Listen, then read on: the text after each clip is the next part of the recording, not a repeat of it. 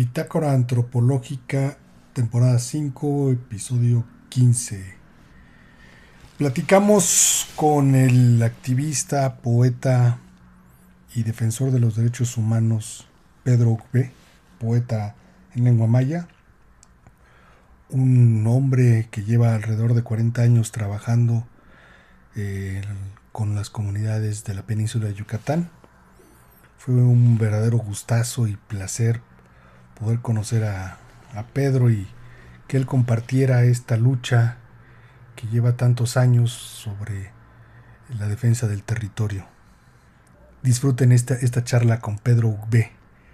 U significa 7, B, camino, y acompáñenos en este camino con Pedro por la península de Yucatán.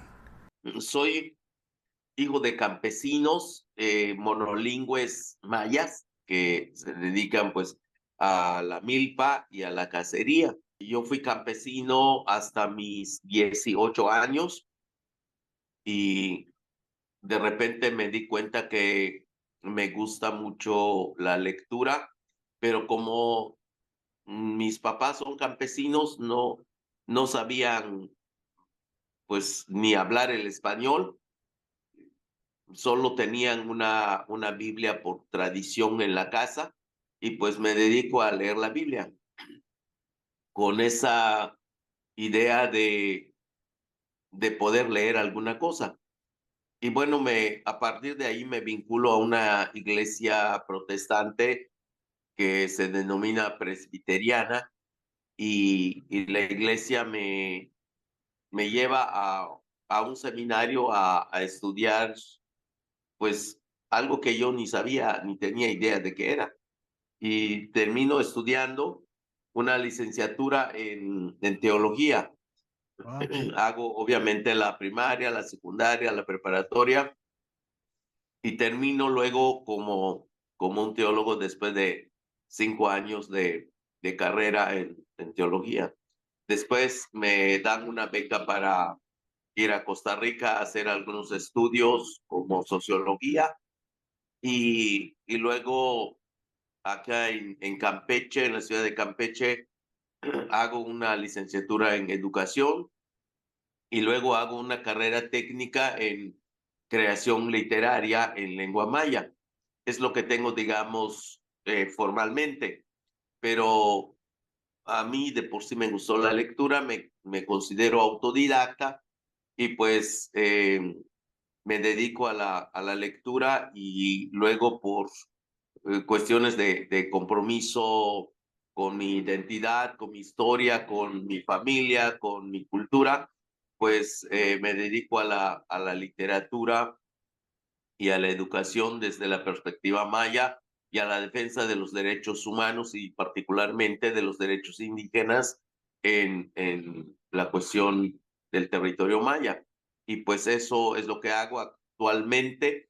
Soy parte de una asamblea de comunidades mayas de la península de Yucatán que defienden el territorio de del desarrollismo de los grupos de poder, tanto las empresas como el gobierno a día de hoy, pues que arrebatan nuestro territorio, nos despojan del territorio, pero que nosotros somos como un grupo de resistencia que tenemos como lema, la tierra no se vende ni se renta. Entonces, tengo alrededor de 40 años haciendo trabajo comunitario con diferentes pueblos de la península de Yucatán en ese sentido y con todo lo que podemos. Soy profesor actualmente del Centro Estatal de Bellas Artes en Mérida, Yucatán, enseñando creación literaria en lengua maya y pues la mayoría de mi tiempo pues lo dedico al trabajo de la Asamblea en la defensa del territorio con estrategias jurídicas, con estrategias mediáticas, con estrategias políticas, con estrategias organizativas y con estrategias culturales. Pues eso es un poco lo que a día de hoy estoy haciendo. en lo general y en síntesis. Quisiera eh, preguntarte, ¿por qué te atrajo la lectura? Cuando empezaste a leer la Biblia, ¿hubo algo que ibas como descubriendo más allá de tu pueblo, más allá digamos, la imaginación y no solamente como que el mundo era mucho más amplio, ¿no? ¿Qué pasó en ti, cabrón? ¿Recuerdas más o menos qué estaba sucediendo cuando tú, después de la Biblia, empezaste a leer más cosas y más cosas? ¿Por qué ese interés por abrir, digamos, el horizonte, Pedro? Sí, una de las cuestiones que me marcó bastante en la vida desde mi adolescencia, casi desde la niñez, fueron como dos cuestiones que yo no podía entender. Una primera cuestión cuando comencé a ir a la primaria, y justamente por eso no la terminé, había una división que no me daba cuenta hasta que comienza la agresión de unos niños que son de piel blanca, que tienen mayores recursos económicos y que, bueno, hablaban bien el español y me hacían mucha burla y agresión desde el racismo, desde el clasismo, pero pues en ese tiempo solo me sentía yo incómodo y molesto porque había un desprecio de ellos hacia mí y que me molestaba mucho y que me llevó a pelearme mucho en la primaria y por eso no terminé la primaria. Luego hubo dos eventos que se dieron a nivel estatal y a nivel internacional, que mi papá, pues a pesar de que no hablaba el español, sabía leer un poquito, pero así poquito y tenía yo una tía que sí iba a la ciudad de Mérida, se conseguía los periódicos de todo un mes y se lo traía a mi papá y él pues con todo el esfuerzo que tenía, era un hombre muy inteligente desde su idioma maya, era un hombre muy inteligente, muy sagaz para pensar y, y los dos eventos que me marcaron fue el derrocamiento de Salvador Allende en Chile y el asesinato de Efraín Calderón Lara, apoyado el Charras por el gobierno de Carlos Loret de Mola, aquí en Yucatán, que defendía a los trabajadores de los sindicatos. Entonces, esos eventos a mí me marcaron la vida porque yo andaba muy pegado con mi padre y pues me generaron muchas preguntas y entre las preguntas es ¿por qué los seres humanos vivimos encontrados o peleándonos o divididos o odiándonos muchas veces? ¿Y por qué no podemos vivir comunitariamente? ¿Y por qué a los mayas nos odian, nos desprecian y no nos quieren si finalmente somos seres humanos? Esas preguntas que hoy entiendo como filosóficas, antes no las podía entender de esa manera, pero que me inquietaron mucho porque yo creo que en el mundo no debería existir ese tipo de cosas y eso fue la motivación de mi lectura porque los que creían en Dios me decían que Dios era justo, resulta que no era tan así, O que, descubrí que no es tan así o que y todos pues éramos bueno, iguales, hijos de Dios, ¿no? así es, pero pues unos son más hijos y otros parecen entenados o peor. Entonces, eso me llevó a leer pues muchas cosas, empezando con la Biblia. Y muy triste, pues, que en tu propia tierra seas discriminado, ¿no? Digamos, pues tú jugando como de local, mano. Los mayas tienen una historia de resistencia, Pedro. No es nuevo para el pueblo maya la resistencia hacia lo extraño, ¿no? ¿Cómo han sido estos años de resistencia, este tiempo que llevas trabajando ahí en la asamblea? Pues han sido años muy difíciles porque cuando empiezo mi trabajo en la iglesia, después de que me decido a ir a estudiar, la iglesia me trata de desindianizar, porque en el seminario nos dicen, bueno, aquí no hay indios, aquí todos somos hijos de Dios, pero el trato era discriminatorio, el trato era de desprecio hacia quienes tenemos una piel oscura y hablamos lengua maya, pero pues curiosamente nos decían que no había indios, que todos somos iguales ante Dios. Eso me hizo reaccionar cuando leí la historia, cuando los primeros mexicanos que era una mezcla como de criollos y de mestizos, hicieron la primera constitución en la que dijeron, pues aquí todos somos iguales ante la ley. Luego Fidel Velázquez dijo, unos son más iguales que otros, ¿no? Entonces vimos que no es tan así.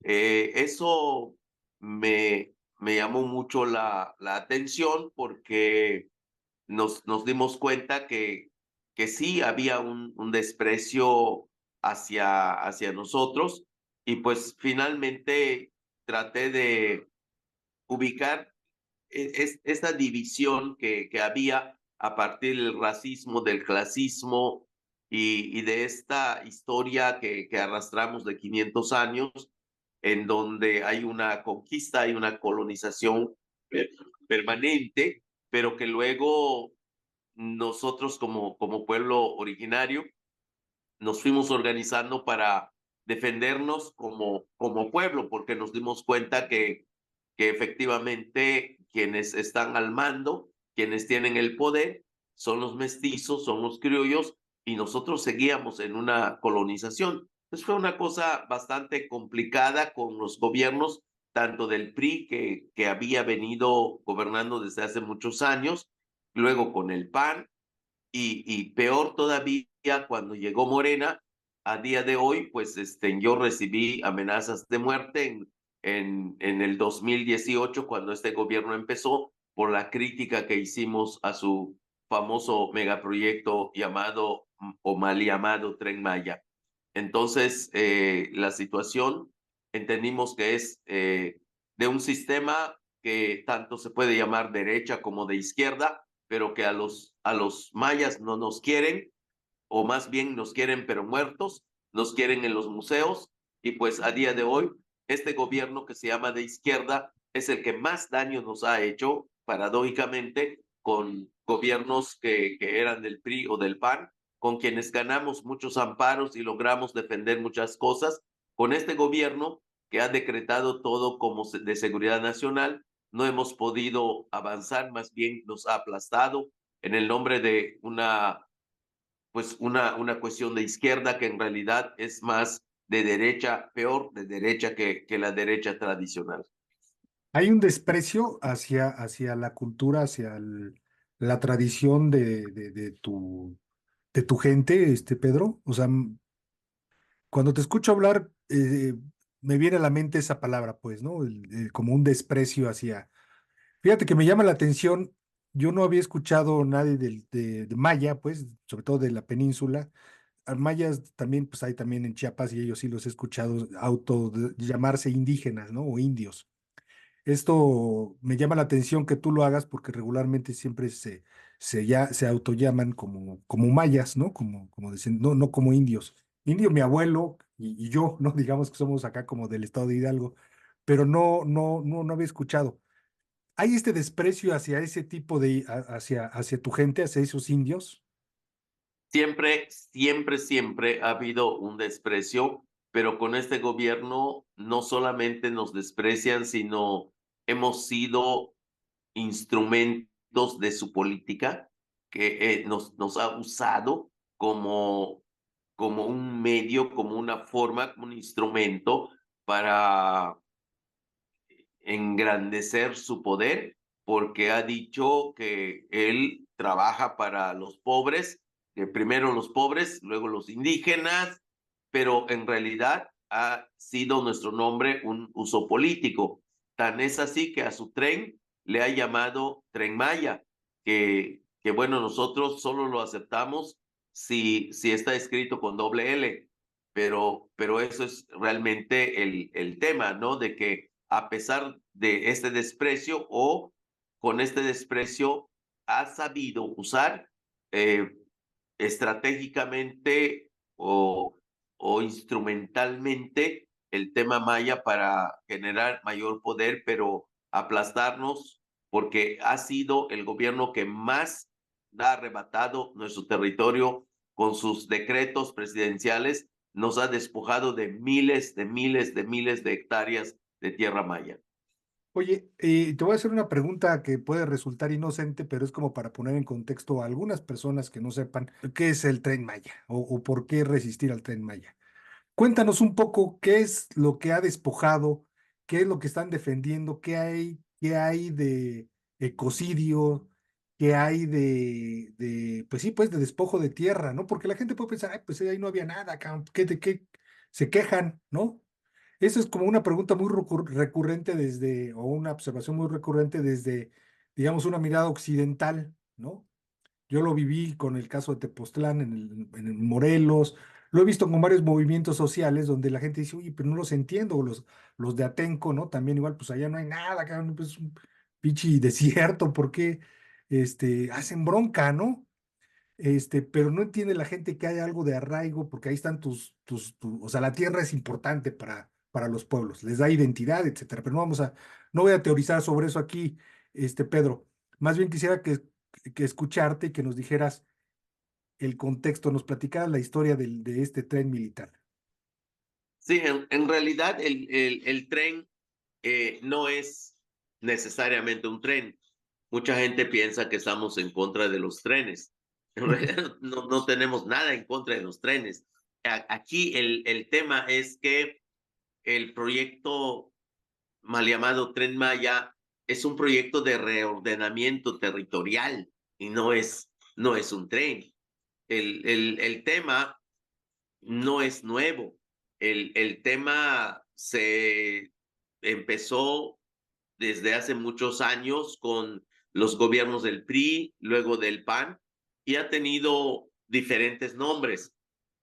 Uno de los nombres que más pegó es un nombre que los panistas, tanto panistas como priistas, le fueron imprimiendo, que se conoció como el Plan Puebla-Panamá, que es un proyecto de una línea ferroviaria, pero una línea de construcción industrial o de corredor industrial que empezaba desde Canadá hasta el istmo de Tehuantepec para abrir los dos mares, que es un proyecto de hace muchos años, para poder Estados Unidos controlar los dos mares. Entonces, eso los priistas lo intentaron muchas veces, no pudieron porque estaban tan desacreditados. El PAN lo intentó, tampoco lo pudo porque igual estaba desacreditado. Y lo que no pudo hacer el PRI ni el PAN, pues lo está haciendo López Obrador, ya lo logró. Entonces no es un proyecto ni siquiera de él, es un proyecto neoliberal norteamericano que necesitan de un instrumento que pudiera partir el país a través de la parte más delgada, que es el istmo de Tehuantepec. Entonces el Tren Maya va, va a servir como con dos objetivos. Uno, el de contener a todos los migrantes que vienen de Centroamérica con tal de que no lleguen a Estados Unidos, se les ofrecería un empleo a través de un corredor industrial que empieza desde Cancún hasta el istmo de Tehuantepec. Y por otro lado, el gobierno norteamericano tendría abierto esta parte delgada del país para que pueda controlar los dos mares. Entonces, eso los gobiernos del PRI y del PAN no lo pudieron hacer porque el pueblo estaba tan encabronado con ellos, pero este gobierno que llegó con una legitimidad porque engañó a la gente, lo está pudiendo hacer con cierta facilidad. Entonces, el tren viene y bueno, genera estos problemas. Entre ellos, primero, un problema de violencia contra los pueblos originarios, porque un megaproyecto legalmente de esta naturaleza tendría que contar con el consentimiento de los pueblos indígenas a través de una consulta. Esas consultas no se hicieron. El gobierno lo hizo porque lo quiso hacer, en el sentido de que decretó como un proyecto de seguridad nacional el tren. ¿Desde cuándo una obra de infraestructura es un asunto de, pues militar, ¿no? Sí. Pero bueno, lo hizo para que los amparos que nosotros pusimos, pues no funcionaran. Y efectivamente no funcionaron porque es de seguridad nacional.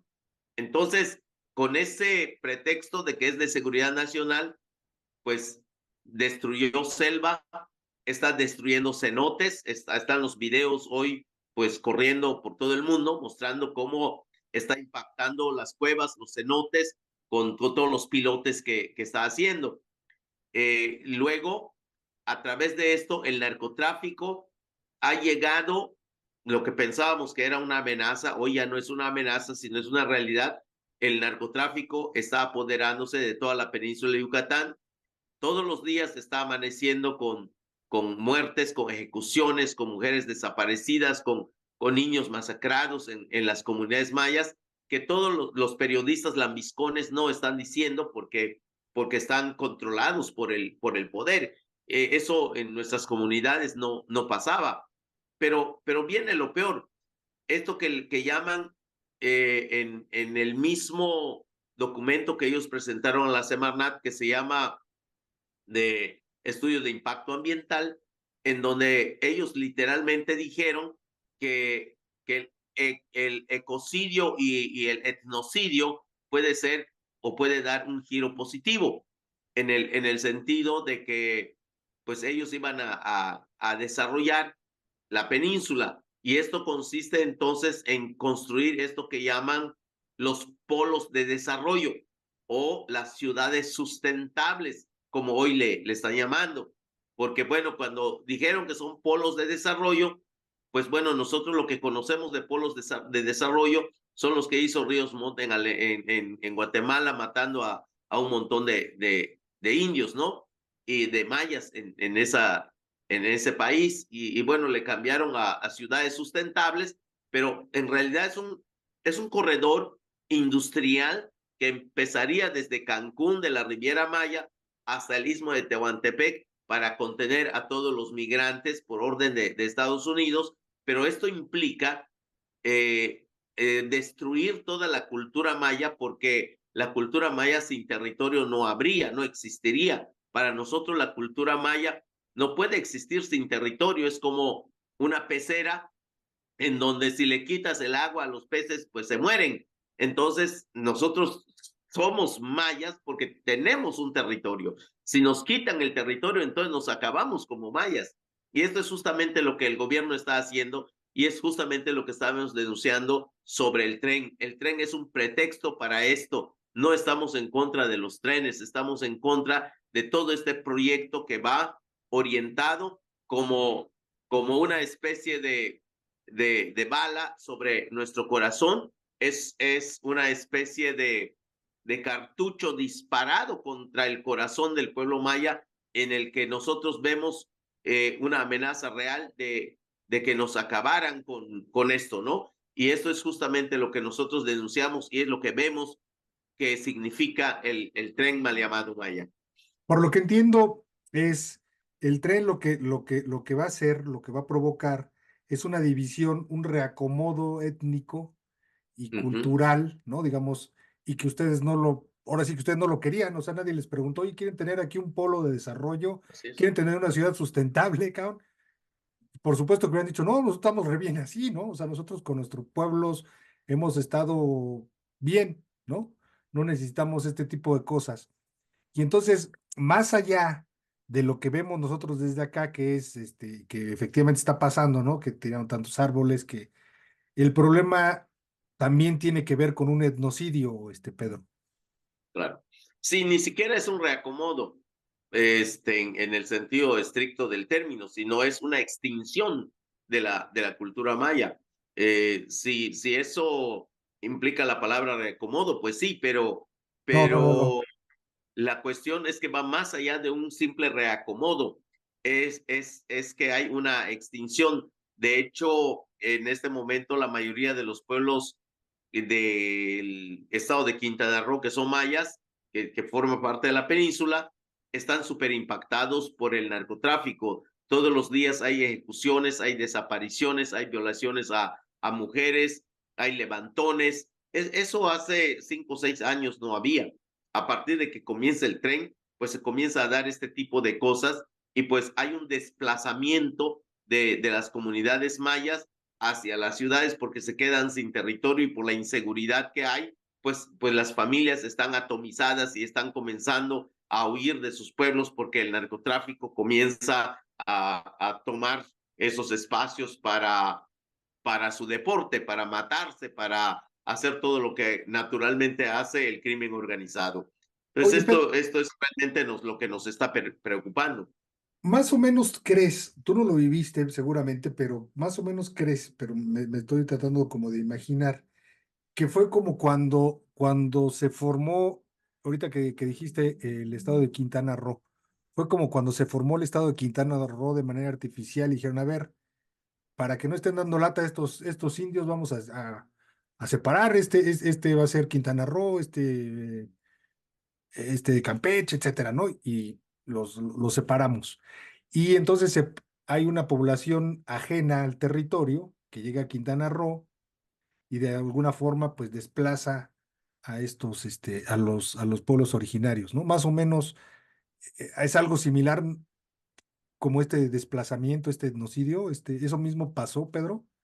Sí, sí, eso, pero así como Matrix recargado. No solamente se trató ahora de hacer una frontera política, sino se trata ahora como a nivel de cultura peninsular, porque la cultura maya yucateca está asentada en toda la península, en los 3 estados, en Campeche, Yucatán y Quintana Roo. Somos la mismita cultura, igualito. Entonces, ahorita no se trata solamente de divisiones o fronteras políticas, sino se trata de un ataque directo a la cultura maya, porque nuestra forma de ver la vida, la naturaleza, la forma en la que nos organizamos es molestosa, es contraria a cómo lo ve Occidente y cómo quiere colonizar todo. Entonces, somos un estorbo para su proyecto de control, para su proyecto de desarrollo y por eso pues nos quiere acabar. Una vez que nos acaba, entonces ya no se le puede reclamar nada desde los derechos colectivos que tenemos consagrados tanto en el convenio 169 de la OIT como del artículo 2 de la Constitución, ganada en el 2001 por el levantamiento zapatista. Oye, ¿y qué están haciendo? ¿Cómo han estado resistiendo? ¿De qué forma? ¿Cuáles han sido sus formas de acción, Pedro? Sí, nosotros primero nos convocamos los que somos comunidades directamente afectadas por estos megaproyectos porque no lo hicimos en torno al tren solamente. Ok, Anteriormente al tren, habían megaproyectos que nos habían comenzado a impactar de una manera terrible. Primero fue la soya transgénica que estaba implementada por los menonitas en Campeche y en Quintana Roo y que destruían miles de hectáreas de tierra y pues comenzamos a organizarnos para defendernos contra ellos a través de amparos por la vía jurídica. Luego vinieron las granjas de cerdos que instalaron más de 250 granjas sobre el anillo de cenotes y contaminaban el agua. Y entonces igual comenzamos a luchar contra ellas. Luego vinieron los parques eólicos y fotovoltaicos con esa idea de que íbamos a transitar a energías limpias, pero pues nosotros no sabíamos realmente si son limpias o no porque nos estaban robando la tierra y pues igual nos organizamos para enfrentarlos. Luego vinieron las inmobiliarias que construían grandes hoteles y restaurantes en torno a los cenotes, en torno a manchones de selva, en torno a zonas arqueológicas. Y bueno, finalmente vino el mal llamado Tren Maya, ¿no? Entonces, ya con esto del Tren Maya decidimos organizarnos como una asamblea de comunidades impactadas por estos proyectos y nos llamamos Asamblea de Defensores del Territorio Maya Much Chimbal, que significa Caminamos Juntos. Entonces, de diferentes comunidades de la península de Yucatán, de los 3 estados, pues estamos organizados para defender nuestra tierra con el lema la tierra no se vende ni se renta. Y elaboramos una estrategia jurídica, una estrategia organizativa, un, una estrategia mediática, una estrategia que tiene que ver con la información, que es parte de la cuestión mediática también. Y bueno, fuimos buscando la manera de hacer este tipo de agendas que respondiera a situaciones concretas de comunidades que están siendo amenazadas o invadidas por los megaproyectos, ya sean de privados o del gobierno mismo.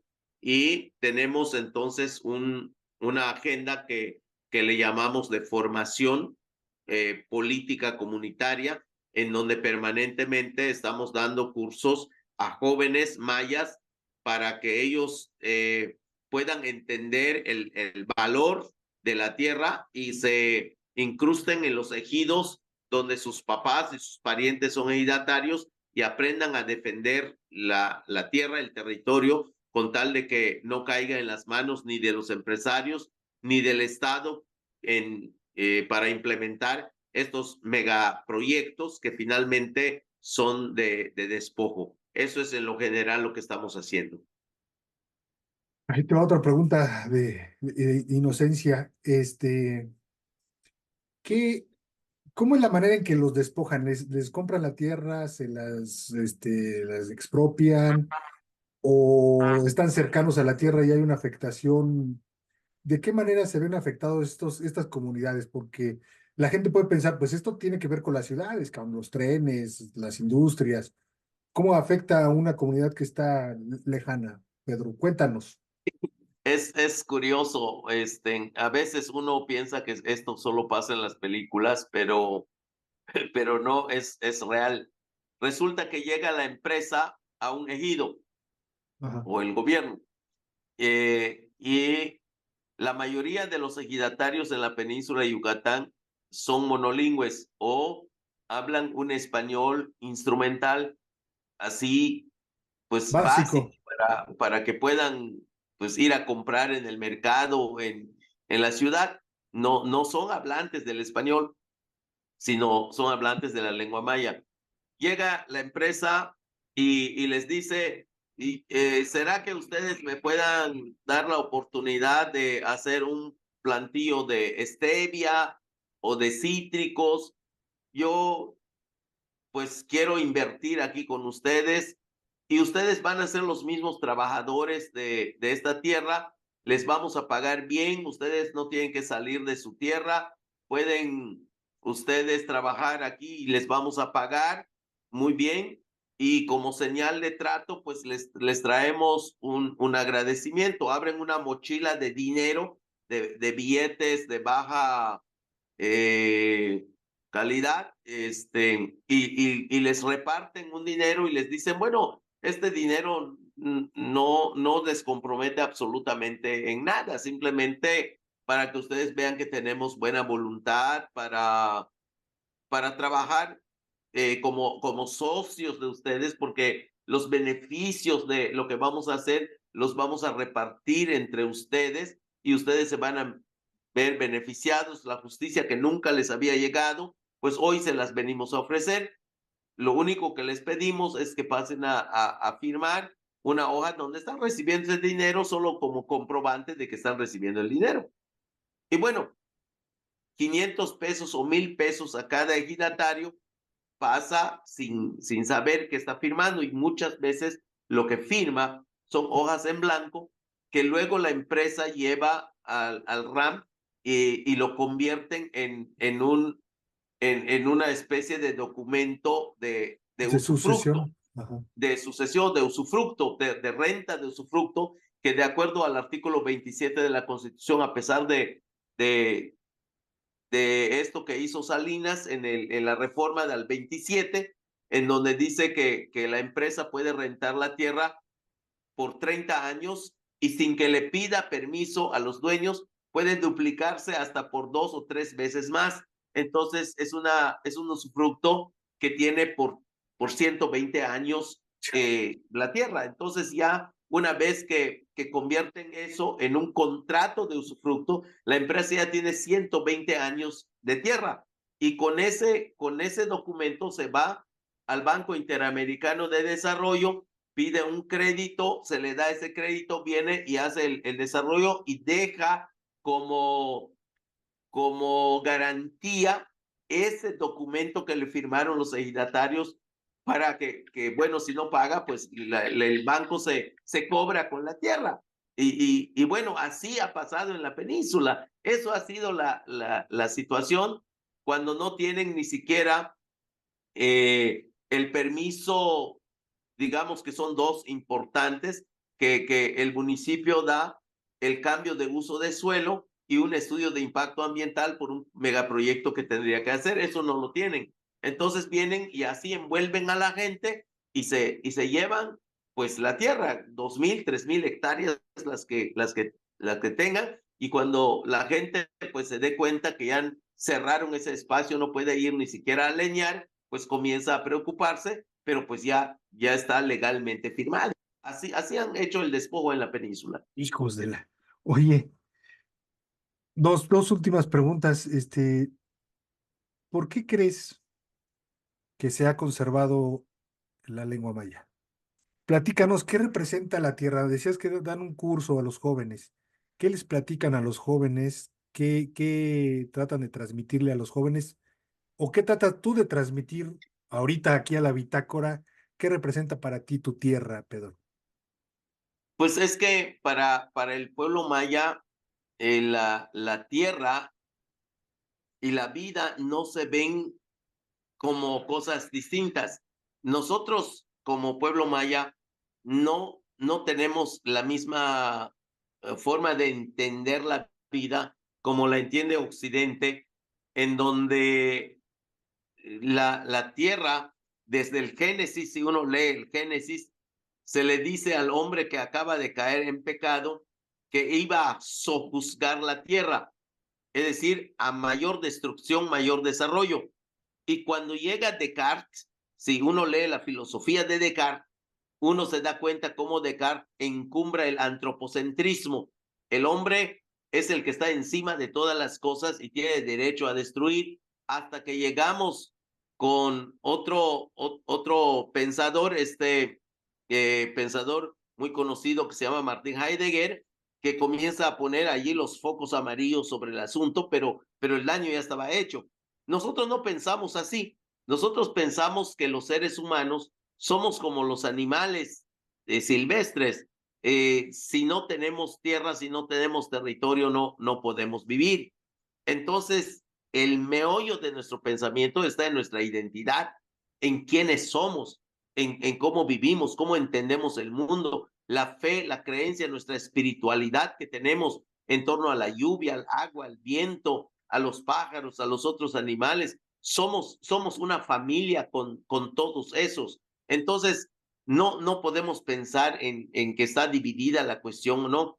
Cuando uno entiende ese tipo de cosas, pues es obvio que no puedes permitir que se destruya la tierra, porque el campesino, por ejemplo, maya, no hace milpa destruyendo la tierra o el monte si no hace falta. Elige 1 o 2 hectáreas por año, no más, para hacer su milpa, y lo hace de manera rotativa. para que el monte permanezca.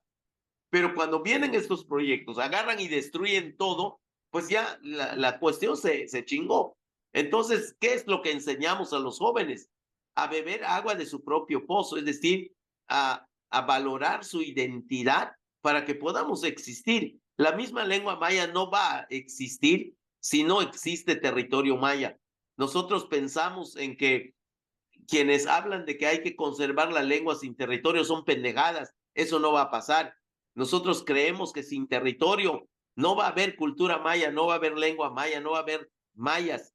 Lo que va a quedar de maya es un tren y es un chingado restaurante que se llama la Chaya Maya. Eso es lo que va a quedar de maya. Nosotros creemos que los mayas vivos solo vamos a seguir viviendo si tenemos bajo control un territorio. Como dije al principio, como si estuviéramos en una pecera. Una vez que nos quiten el agua, nos morimos como peces.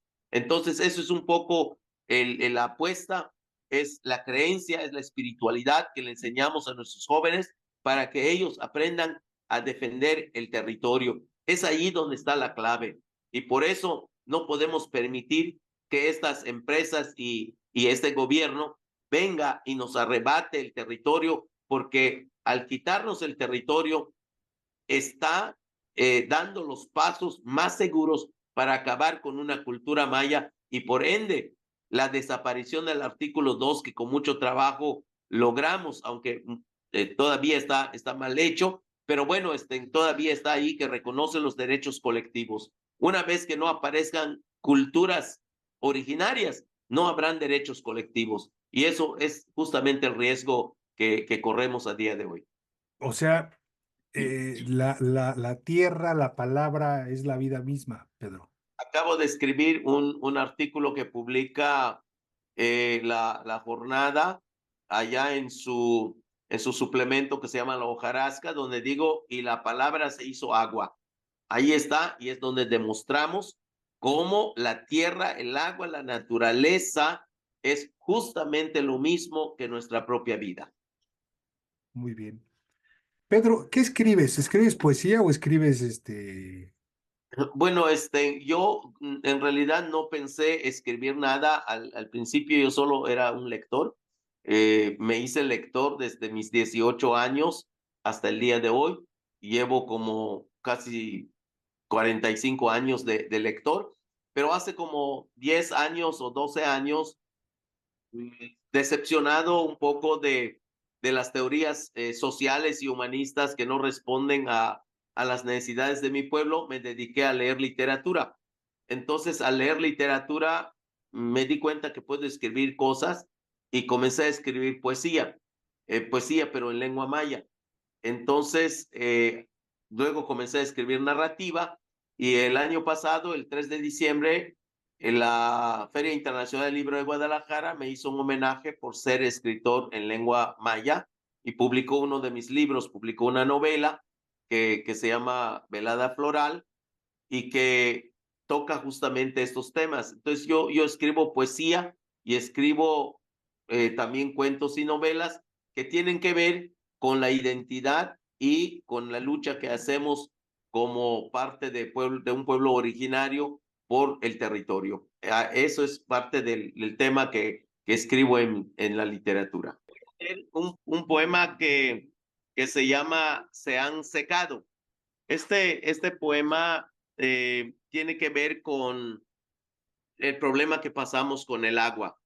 El agua ha sido un tema importante para nosotros porque ahora el gobierno federal a través del Tren Maya o mal llamado Maya está tapando una gran cantidad de cenotes y luego perforó las cuevas de los cenotes para hacer unos pilotes y pueda pues pasar el tren por encima, pero esos pilotes están forrados de hierro, de metal, y pues bueno, eso está contaminando los cenotes, pero además Alfonso Romo, que es un personaje que fue el jefe de la oficina presidencial por mucho tiempo, es el que tiene la mayor concesión de agua aquí en la península.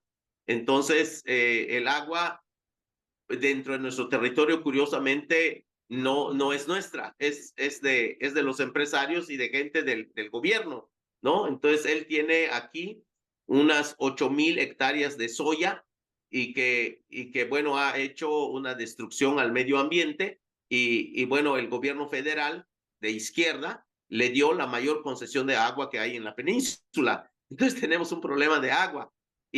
Bueno, pues a partir de allá yo decido escribir un poema que se llama Se han secado y que lo voy a leer en maya y después en español para que la gente entienda, porque en realidad yo escribo más para la población maya que para la gente en español. Hago la traducción al español porque pues hay gente que quiere saber qué estoy diciendo en mis poemas, ¿no? Entonces hago una traducción, no es exactamente lo que quiero decir porque no hay manera a veces de decirlo, pero da una idea de qué es el asunto, ¿no? Entonces en maya dice tikintak, tikinuboshel imchi ahik behlae, kaho putetek kastikuchuli latiali, vale, okiliu tihil shane. Mayol almatz utzani, mishiol almasusul kilawinklili. Letia chak alka benza tumene nahal kol kash obo, ubol ilma ubeta alcohol, uyashtak en ilnuk besal baal, letie tak pahal ichile kapel ichobo. Tutikin kunto lekilich sonoto, tu suto Coca-Cola linchu, tu hoso bushoche lupolawim, tu tselo bupisha no luchi linwoch ayem, utsoke, tu haikin to beitikin kai uboshe la chie. Soku tihiluboshe linchi, soku tihiluboshe la chi, soku yokoltal ochha, chenkiakuna atalton. Vale, bishkenk más uyuk ahiltun. Se han secado. Secos despertaron mis labios. Buscaron precipitados los tuyos, pero también se habían secado. No es la falta de besos, ni la falta de humedad de tu cuerpo. Es la lluvia que desarraigaron los blancos guardianes del monte, los patronatos premios contra la milpa, los rasgos de billetes verdes. Es la complicidad del indio vacío. Secaron los cenotes sagrados, convirtieron mi calabazo en Coca-Cola, intoxicaron tu pezón con pócima, petrolizaron mi jícara de pozole y tus labios lo convirtieron en desecado pez. Se han secado mis labios, se han secado tus labios, se han robado nuestras aguas, solo nos queda el amor, pero ¿cómo humedecerlo? Eso es el poema. Qué chingón. Muchas gracias, Pedro, por permitirnos andar contigo en este camino a través de la bitácora antropológica. Ha sido un honor y un placer conocerte, Pedro.